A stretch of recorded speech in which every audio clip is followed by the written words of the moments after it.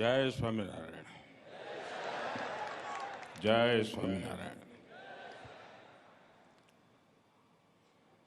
परम पूज्य महंत स्वामी जी,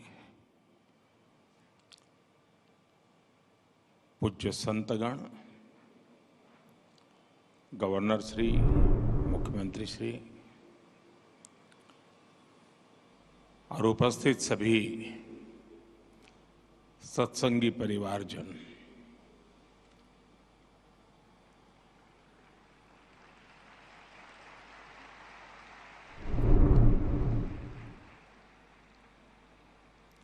ये मेरा सौभाग्य है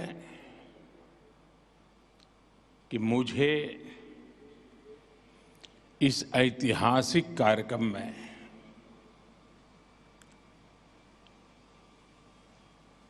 साक्षी बनने का, साथी बनने का और सत्संगी बनने का सौभाग्य प्राप्त हुआ है।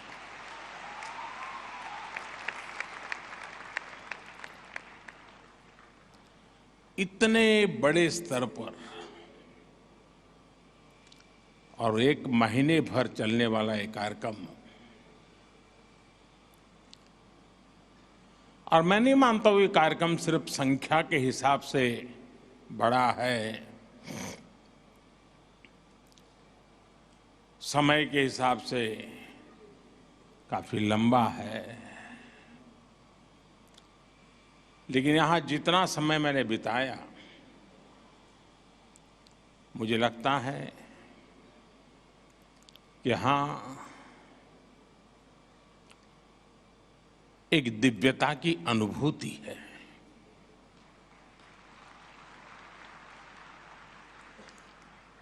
यहां संकल्पों की भव्यता है।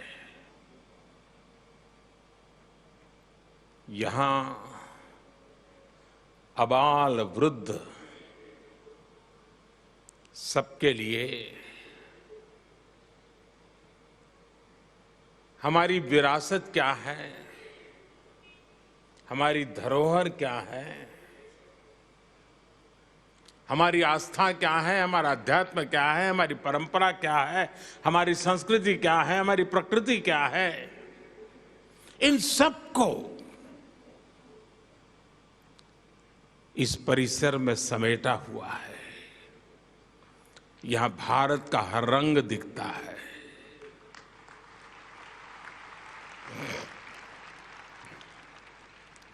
मैं इस अवसर पर सभी पूज्य संतगण को इस आयोजन के लिए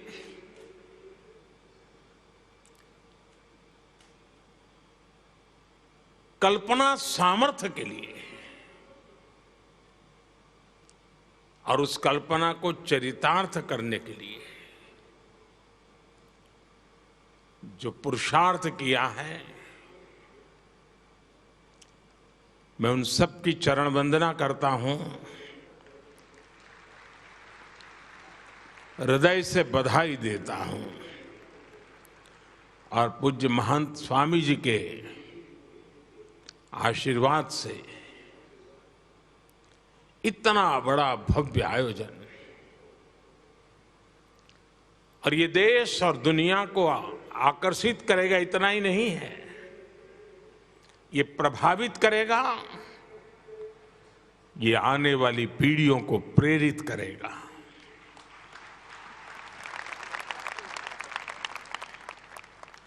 पंद्रह जनवरी तक पूरी दुनिया से लाखों लोग मेरे पिता तुल्य पूज्य प्रमुख स्वामी जी के प्रति श्रद्धा व्यक्त करने के लिए यहां पधारने वाले हैं। आप में से शायद बहुत लोगों को पता होगा, यूएन में भी, संयुक्त राष्ट्र में भी प्रमुख स्वामी जी के शताब्दी समारोह मनाया गया और ये इस बात का सबूत है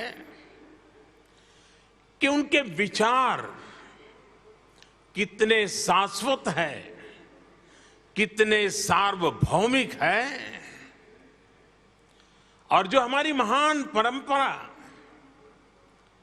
संतों के द्वारा प्रस्थापित वेद से विवेकानंद तक जिस धारा को प्रमुख स्वामी जैसे महान संतों ने आगे बढ़ाया, वो वसुधैव कुटुंबकम की भावना आज शताब्दी समारोह में उसके भी दर्शन हो रहे हैं। ये जो नगर बनाया गया है, यहां हमारे हजारों वर्ष की हमारी महान संत परंपरा, समृद्ध संत परंपरा, उसके दर्शन एक साथ हो रहे हैं। हमारी संत परंपरा किसी मत, पंथ, आचार, विचार सिर्फ उसको फैलाने तक सीमित नहीं रही है। हमारे संतों ने पूरे विश्व को जोड़ने, वसुधैव कुटुंबकम के शाश्वत भाव को सशक्त किया है। और मेरा सौभाग्य है, अभी ब्रह्म बिहारी जी स्वामी कुछ न अंदर की बातें भी बता दे रहे हैं।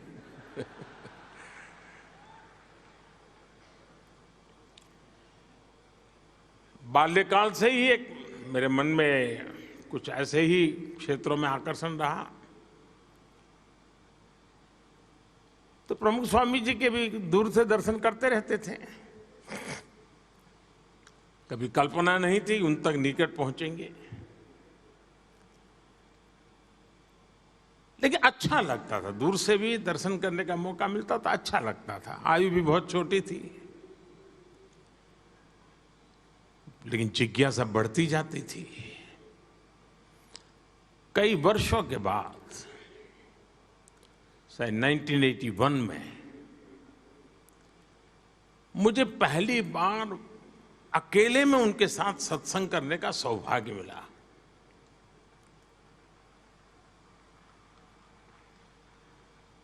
और मेरे लिए सरप्राइज था कि उनको मेरे विषय में थोड़ी बहुत जानकारी उन्होंने इकट्ठी करके रखी थी। और पूरा समय न कोई धर्म की चर्चा, न कोई ईश्वर की चर्चा, न कोई अध्यात्म की चर्चा, कुछ नहीं। पूरी तरह सेवा, मानव सेवा, इन्हीं विषयों पर बातें करते रहे। वो मेरी पहली मुलाकात थी, और एक एक शब्द मेरे हृदय पटल पर अंकुरित होता जा रहा था। और उनका एक ही संदेश था कि जीवन का सर्वोच्च लक्ष्य सेवा ही होना चाहिए। अंतिम सांस तक सेवा में जुटे रहना चाहिए। हमारे यहां तो शास्त्र कहते हैं नर सेवा ही नारायण सेवा है, जीव में ही शिव है।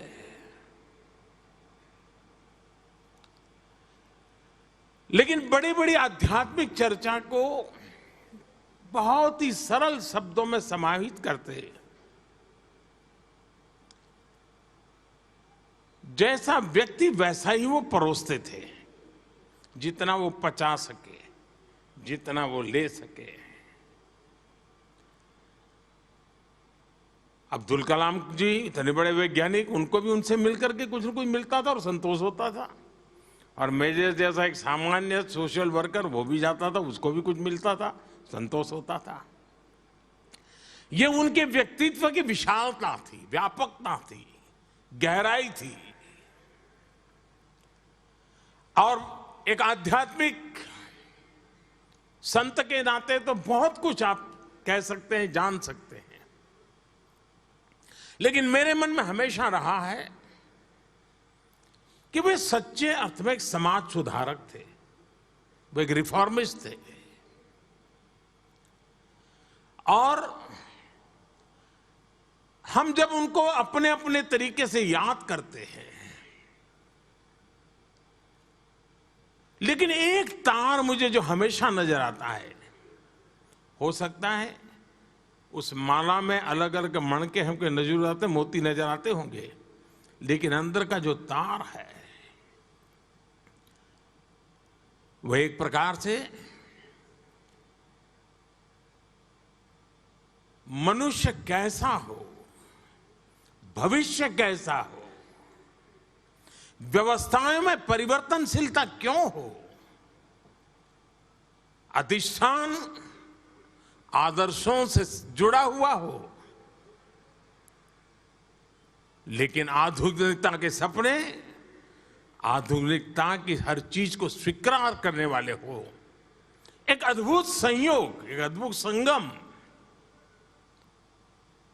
उनका तरीका भी बड़ा अनूठा था। उन्होंने हमेशा लोगों के भीतर की अच्छाई को प्रोत्साहित किया।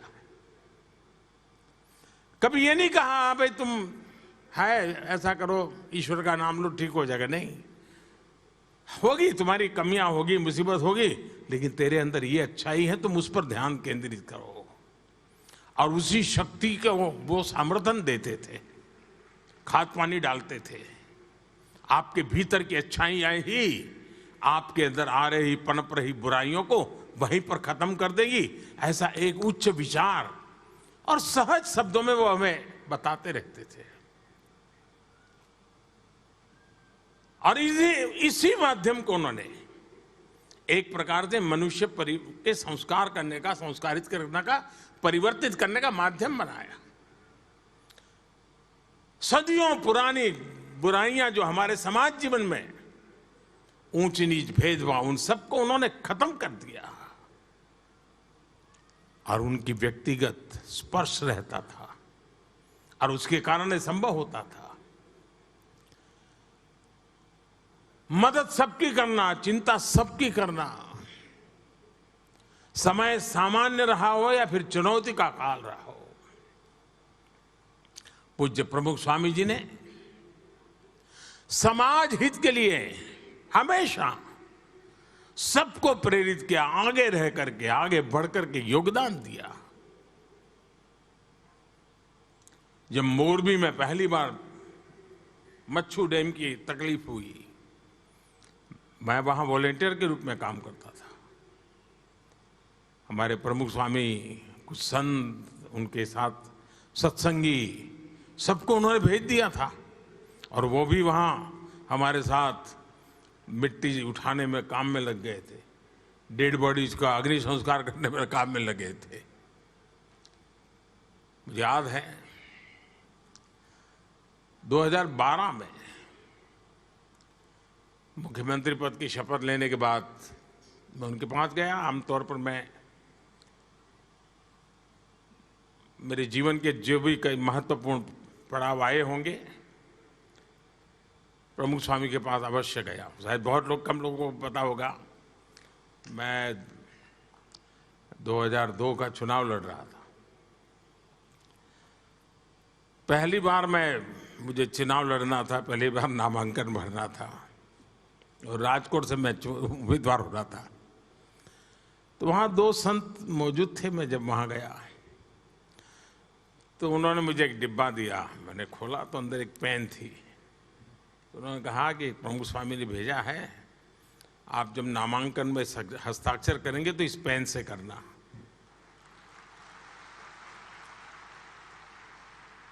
अब वहां से लेकर मैं काशी चुनाव के लिए गया, एक भी चुनाव ऐसा नहीं है जब मैं नामांकन करने गया और उसके लिए मुझे हस्ताक्षर करने के लिए पेन पूज्य प्रमुख स्वामी जी के व्यक्ति आकर के खड़े न हुआ। और जब काशी गया तब तो मेरे लिए सरप्राइज था, उस पेन का जो कलर था वो बीजेपी के झंडे के कलर का था। ढक्कन उसका जो था वो ग्रीन कलर का था और नीचे का हिस्सा ऑरेंज कलर का था। मतलब पहले कई दिनों से उन्होंने संभाल के रखा होगा और याद कर करके उसी रंग की पेन मुझे भेजना यानी व्यक्तिगत रूप से, वरना उनका कोई क्षेत्र नहीं था कि मेरी इतनी केयर कर रहा। शायद बहुत लोगों का आश्चर्य होगा सुन करके, 40 साल में शायद एक साल ऐसा नहीं गया होगा कि हर वर्ष प्रमुख स्वामी जी ने मेरे लिए कुर्ता पैजामा का कपड़ा न भेजा हो।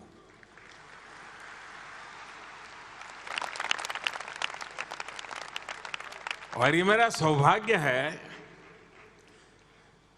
और हम जानते हैं बेटा कुछ भी बन जाए, कितना ही बड़ा बन जाए, लेकिन माँ बाप के लिए तो बच्चा ही होता है।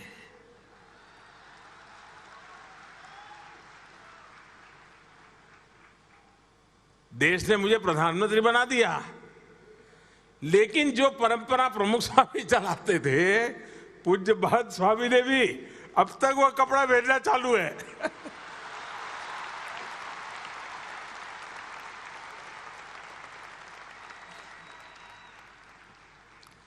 यानी ये अपनापन। और मैं नहीं मानता हूं कि ये संस्थागत पीआरशिप का काम है, नहीं। एक आध्यात्मिक नाता था, एक पिता पुत्र का स्नेह था, एक अटूट बंधन है। और आज भी वो जहां है होंगे, मेरे हर पल को वो नजर करते होंगे, देखते होंगे।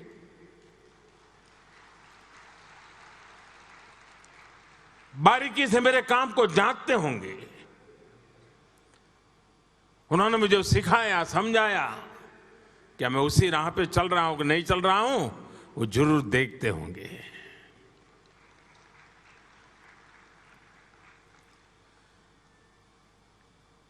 कच्छ में भूकंप, जब मैं वॉलंटियर के रूप में कच्छ में काम करता था, तब तो मेरा मुख्यमंत्री का कोई सवाल ही नहीं उठता था। लेकिन वहां सभी संत मुझे मिले तो सबसे पहले, भाई तुम्हारी खाने की क्या व्यवस्था है? मैंने कहा मैं तो अपने कार्यकर्ताओं के यहाँ पहुंच जाऊंगा। नहीं, बोले तुम कहीं पर भी जाओ, तुम्हारे लिए यहाँ भोजन रहेगा, रात को देर से आओगे तो भी खाना यहीं खाओ।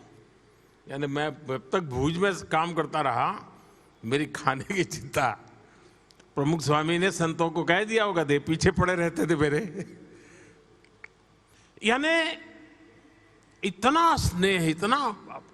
और मैं ये सारी बातें कोई आध्यात्मिक बातें नहीं कर रहा हूं जी, मैं तो एक सहज सामान्य व्यवहार की बातें कर रहा हूं आप लोगों के साथ। जीवन के कठिन से कठिन पलों में शायद ही कोई ऐसा मौका होगा कि जब प्रमुख स्वामी ने खुद ने होकर करके मुझे बुलाया ना हो या मेरे से फोन पे बात न की हो, शायद ही कोई घटना होगी। मुझे याद है, मैं वैसे अभी वीडियो दिखा रहे थे, उसमें उसका उल्लेख था।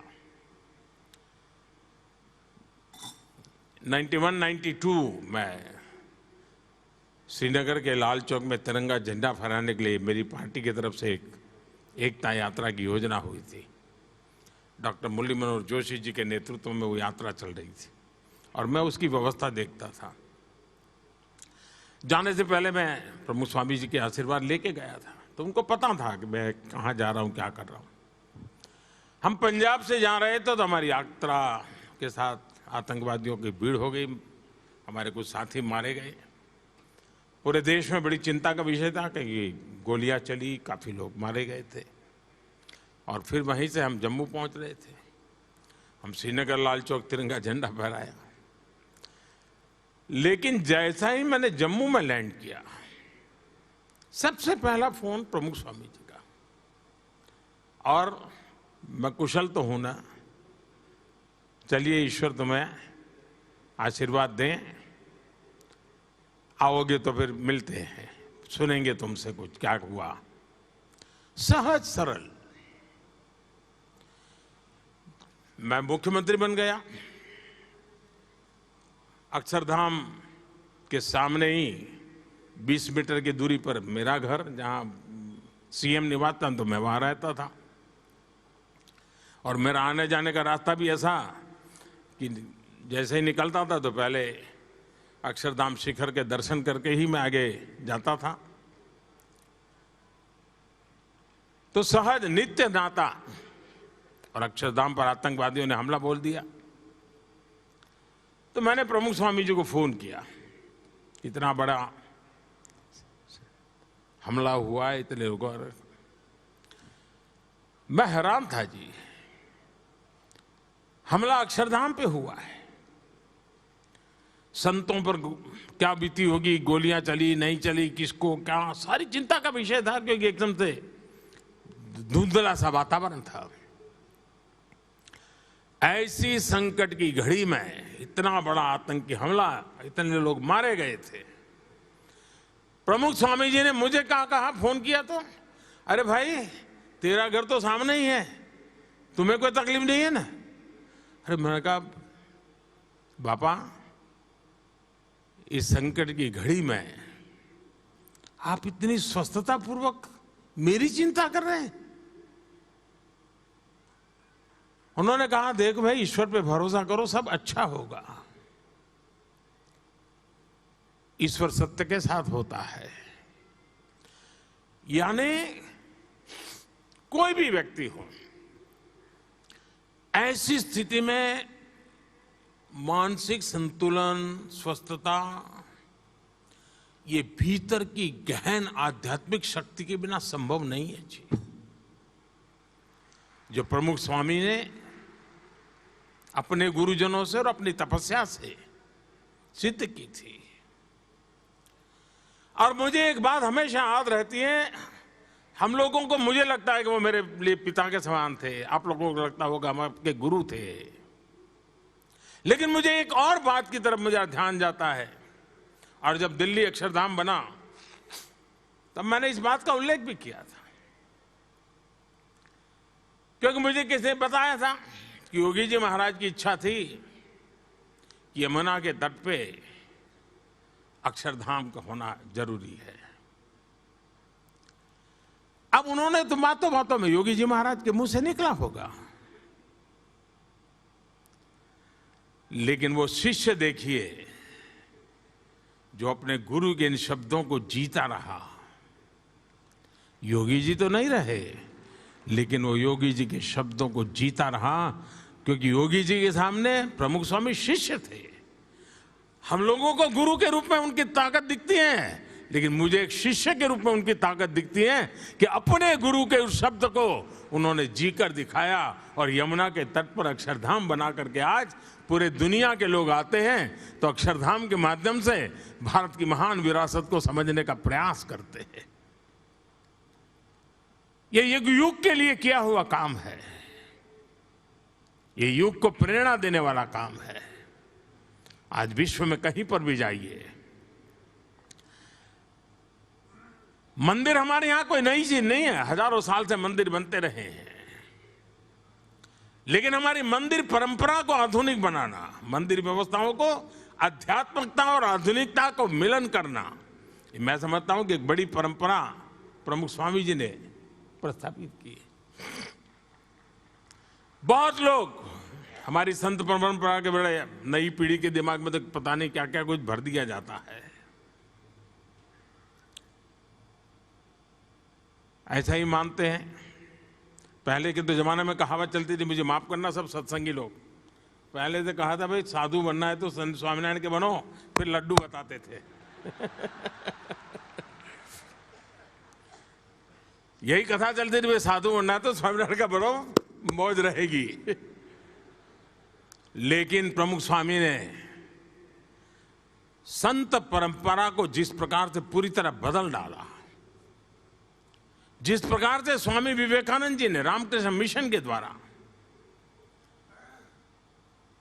संन्यास्त जीवन को सेवा भाव के लिए एक बहुत बड़ा विस्तार दिया,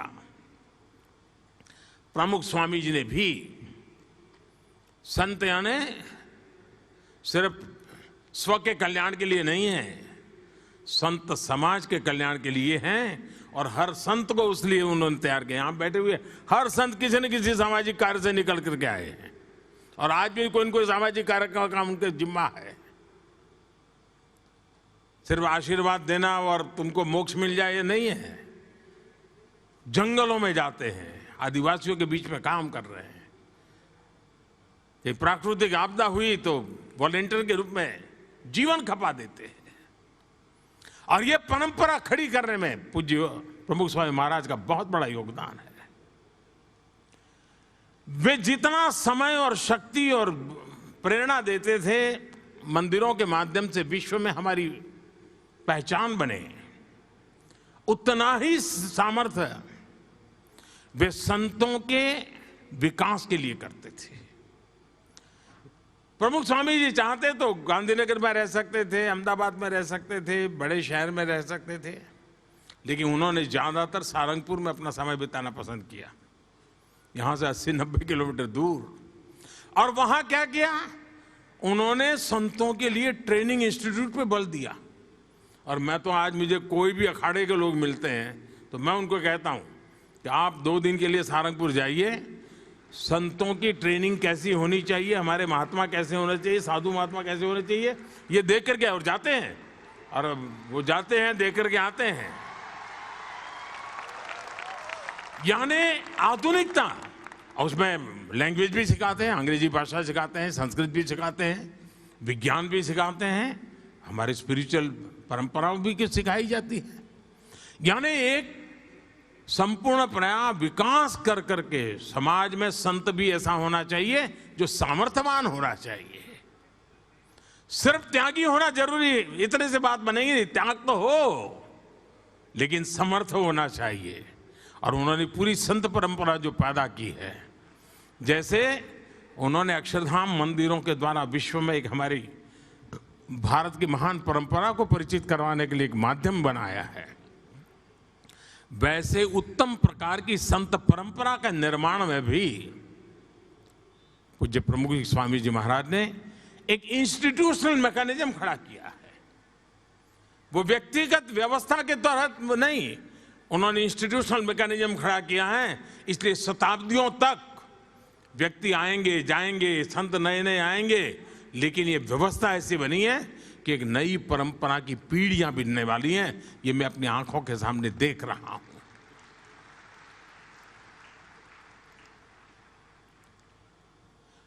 और मेरा अनुभव है, वो देव भक्ति और देशभक्ति में फर्क नहीं करते थे। देव भक्ति के लिए जीते हैं आप, देशभक्ति के लिए जीते हैं, तो उनको लगता है मेरे लिए तो दोनों सत्संगी हुआ करते हैं। देव भक्ति के लिए जीने वाला भी सत्संगी है, देशभक्ति के लिए भी जीने वाला सत्संगी होता है।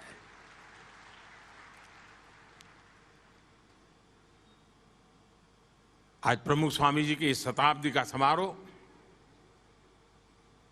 हमारी नई पीढ़ी को प्रेरणा का कारण बनेगा, एक जिज्ञासा जगेगी। आज के युग में भी, और आप प्रमुख स्वामी जी के डिटेल में जाइए, कोई बड़े बड़े तकलीफ हो ऐसे कोई उपदेश नहीं दिए उन्होंने, सरल बातें की, सहज जीवन की उपयोगी बातें बताई और इतने बड़े समूह को जोड़ा। मुझे बताया गया 80,000 वॉलेंटियर्स हैं। अभी हम आ रहे थे तो प्रमुख स्वामी जी हमारे ब्रह्मविहारी जी मुझे बता रहे थे कि ये सारे स्वयंसेवक हैं और वो प्रधानमंत्री जी को ग्रीट कर रहे हैं। मैंने कहा आप भी तो कमाल आदमी हो यार, भूल गए क्या? मैंने कहा वो स्वयंसेवक है, मैं भी स्वयंसेवक हूँ, हम दोनों एक दूसरे को हाथ कर रहे हैं। तो मैंने कहा आप 80,000 में एक और जोड़ दीजिए।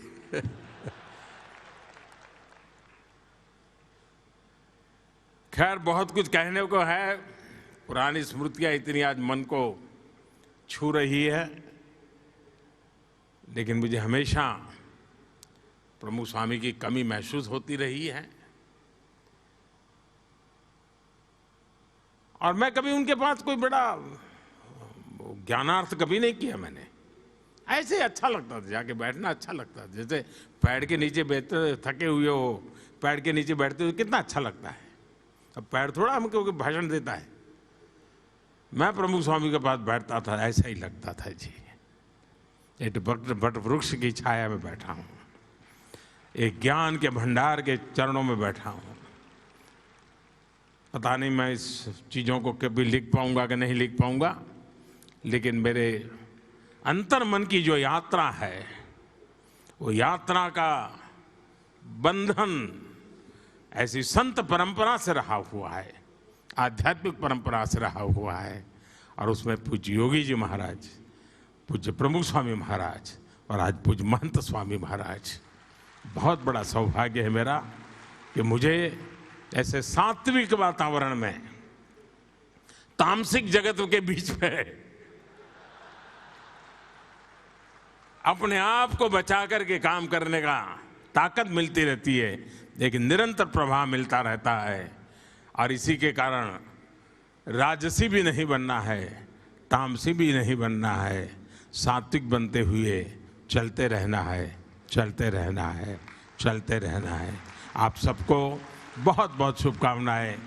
जय स्वामीनारायण।